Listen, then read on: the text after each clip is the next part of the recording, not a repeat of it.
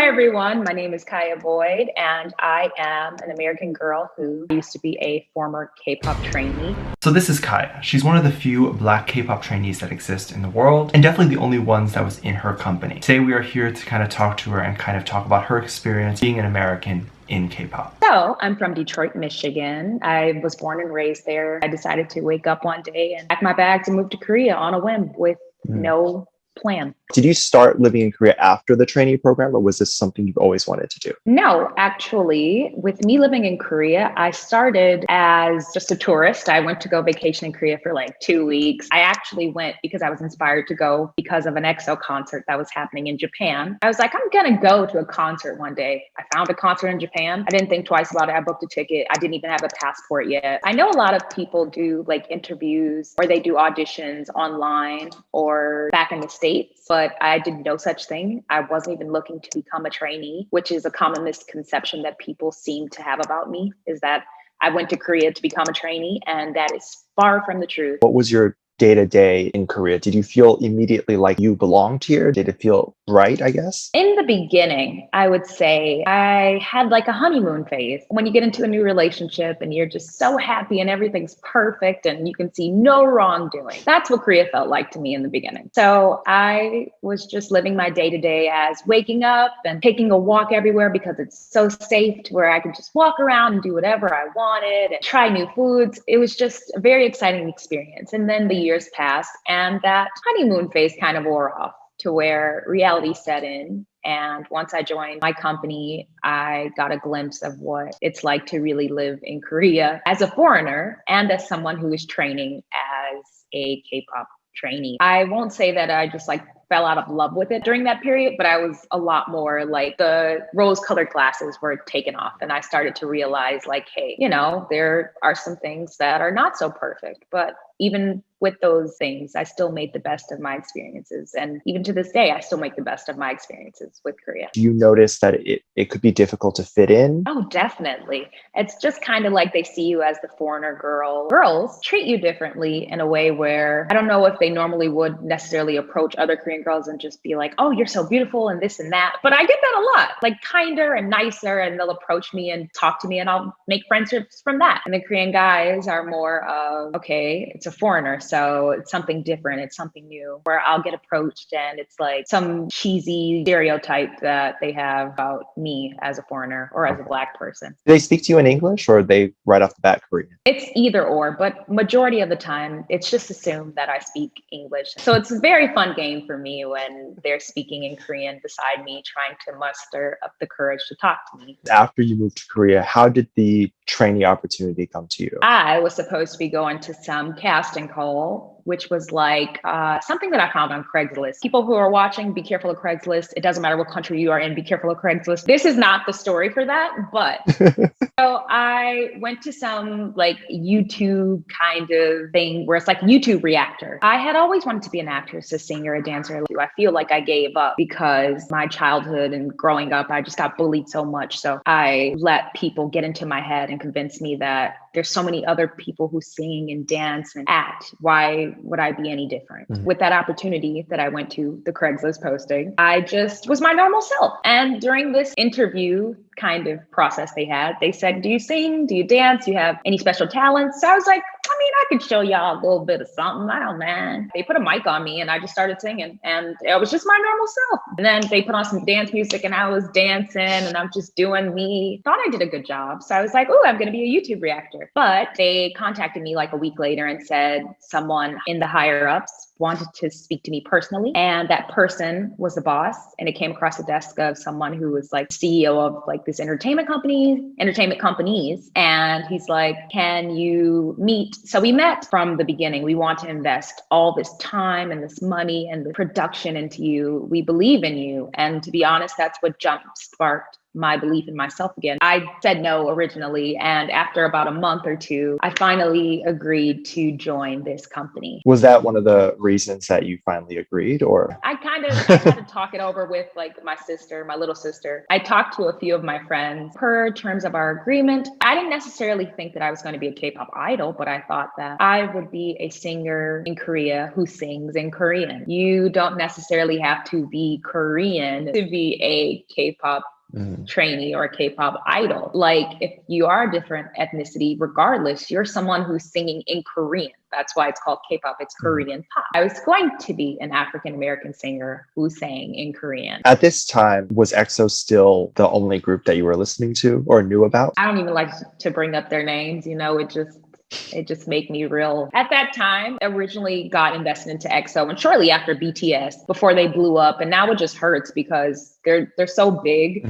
I felt like they were like cool when they were like my little secret, but like now everybody knows them. So it's like, well, the reason why I brought it up is because I was curious, did you know about what a typical contract entailed before you signed on? To some certain degree, I did based on what I would read and things like that. But you got to learn to not trust everything you read on the internet. I thought that trainees do this and do that, but it's not as hard as people are making it out to be until you sit in front of a contract and you read an incredibly interesting contract. I had one in English and Korean. There was a lot of stuff in there that I couldn't believe like that this was, for me, the fact that I had to like maintain a certain weight or be refrained from any dating or relationships. That was crazy. To them, I was just going to be a K-pop idol to them. I was like, okay, they wanted me to be well-rounded and do everything. They wanted me to go on variety shows and be the person that's 안녕하세요, 여러분, 카이입니다. Things like that. All around American that is black girl, but I'm different somehow. I guess walk us through your typical day when you would wake up in the morning. So my day-to-day life, I would wake up, I would eat some kind of small breakfast. You can think like granola bar or yogurt or an apple, something like really small. And it was partially because I was trying to watch my weight, which I never really ever had to do because I'm just naturally thin. So in my mind, I was like, if I don't want to disappoint my company in any way. That was a pressure that you put on yourself. It was less of the company saying you had to be thinner. It had nothing to do with my actual like thinness because I was quite thin even at that time, but my curves were the problem. So I have a bigger butt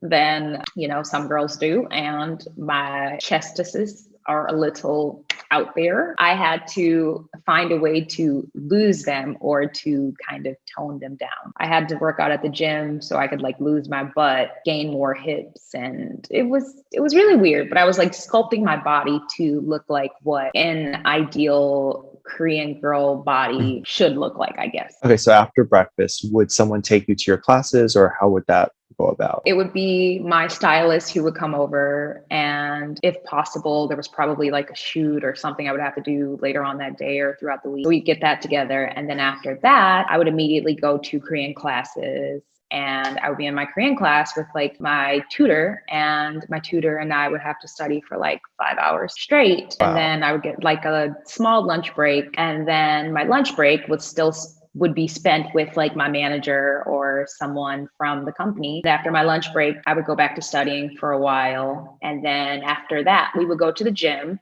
because I would have to work out. After working out, I was allowed to meet up with another trainee friend so then we could study. Also, we would be doing singing, and with our practicing, we would be renting out studios. I would try to get in more studying because I would have a lot of homework.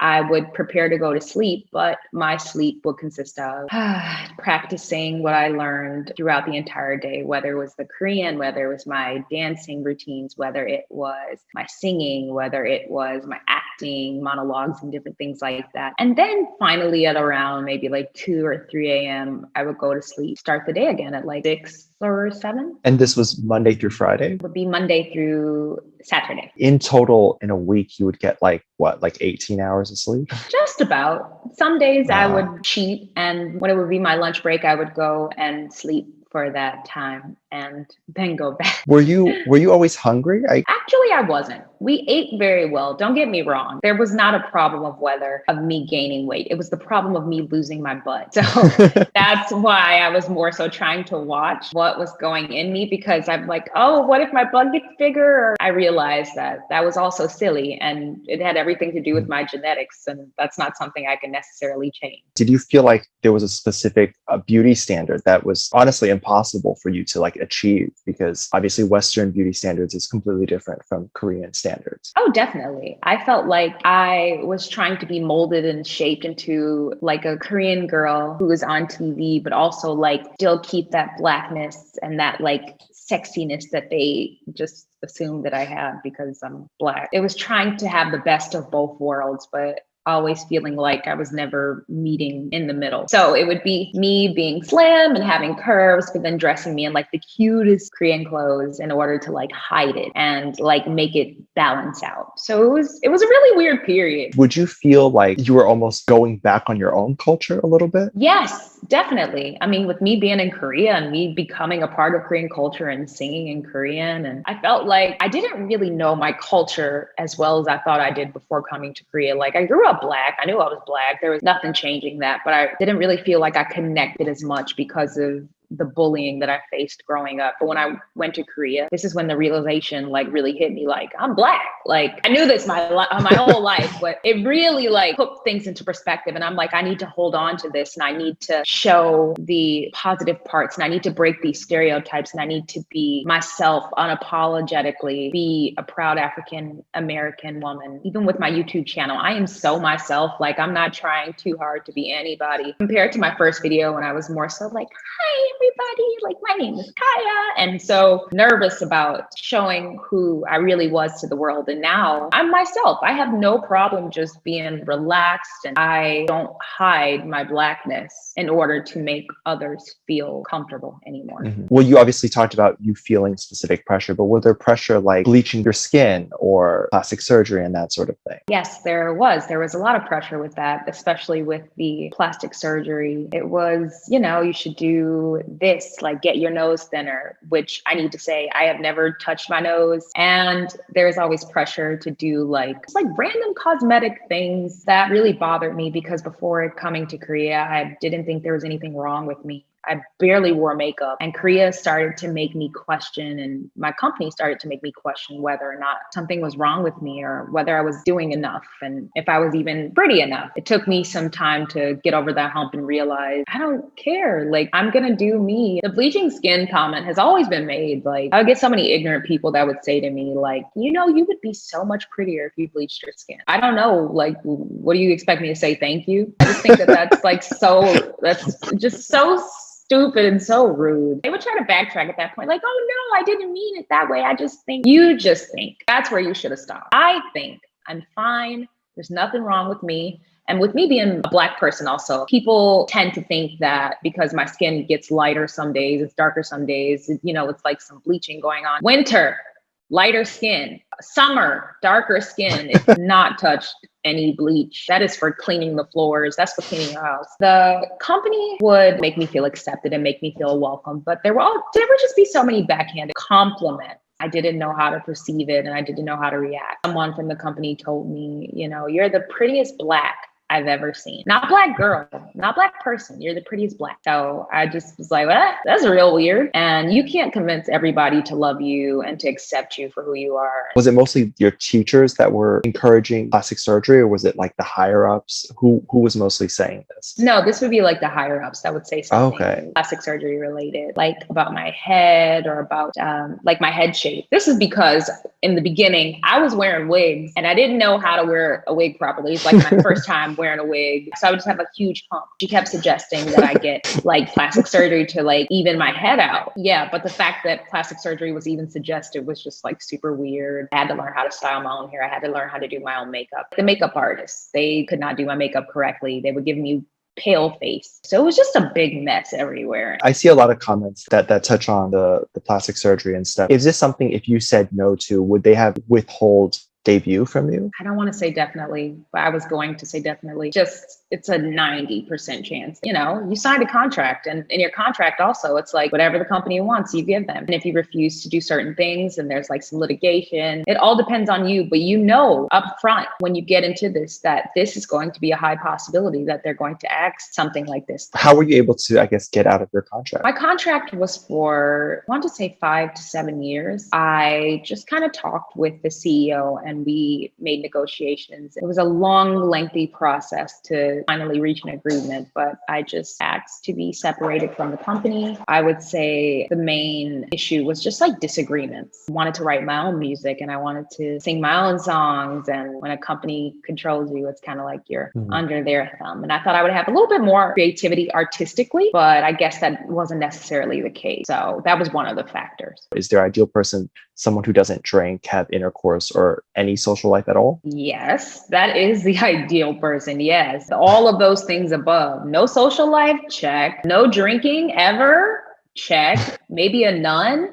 Go ahead. No type of scandal that could resurface later on. I used to be in college at one time. I have drinking. Didn't know how well that was going to blow over. At one point, I ended up having to delete my Instagram and delete a lot of social media and make new pages for everything. And I was told that it needed to be squeaky clean. So would your chances of debuting be lower because of your skin color? I wouldn't say they would be lower, but some companies would probably use that as a gimmick in order to, you know, make people pay attention to their company or their groups a lot more. Some companies would say no because they're like, you're not marketable unless I speak like super fluent Korean. Or some companies would just say no because they're just like, you're a foreigner and that doesn't work for us. So it just highly depends. It's very different with every single company. There's a lot of people that say like K-pop companies like Black culture, but then they hate Black people. Do you think there's merit to that?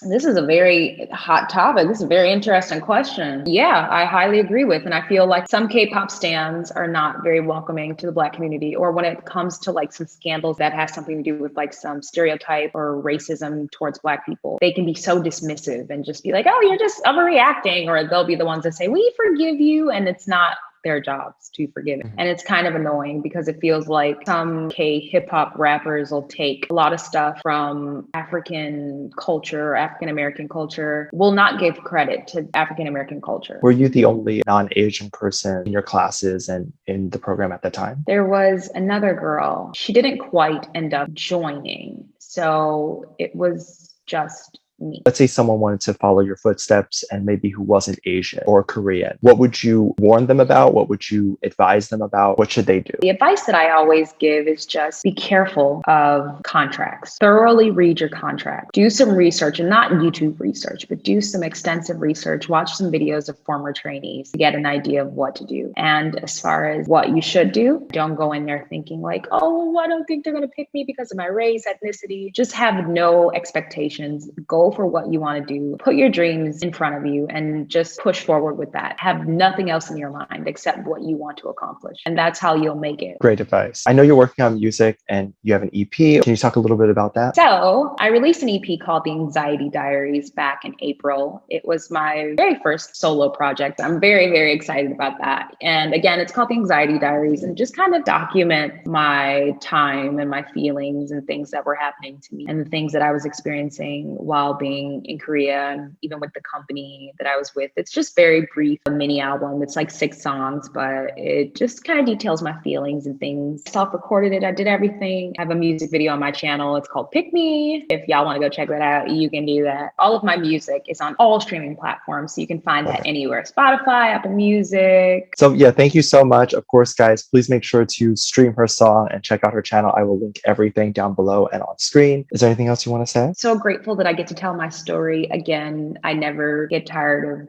encouraging people, and that's what I want to do. And I don't want this to be like some sad thing where people feel bad for me in the slightest. I am doing fine. I am just praying that I progress. All right, guys, thank you so much. I'll see you in the next one. Bye. Okay,